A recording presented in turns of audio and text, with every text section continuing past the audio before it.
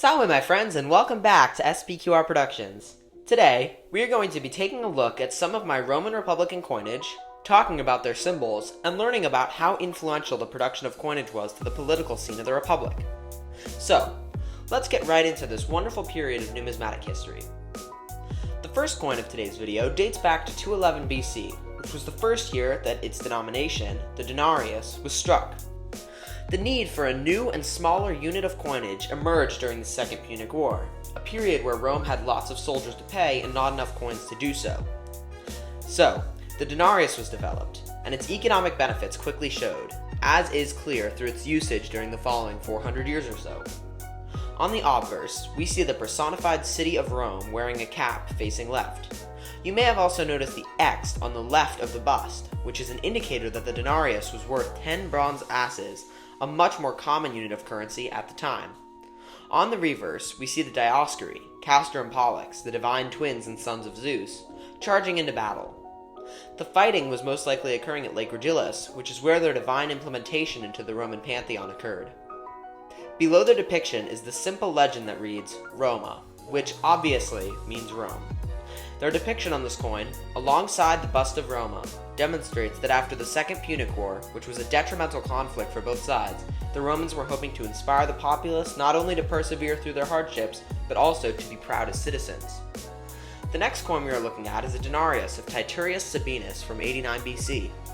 The obverse depicts Tatius, who was the king of the Sabines during the reign of the legendary Roman king Romulus. Tatius was depicted here, as he was the ancestor of Titurius, who, as mentioned, minted the coin. The reverse is where things get especially interesting. Depicted is the event commonly referred to as the rape of the Sabine woman, which also occurred during the reign of Romulus. Basically, the Romans, who at this point predominantly consisted of runaway slaves, criminals, and the poor, needed women if they wanted to keep the population afloat. So, they did what any reasonable people would do under the circumstances.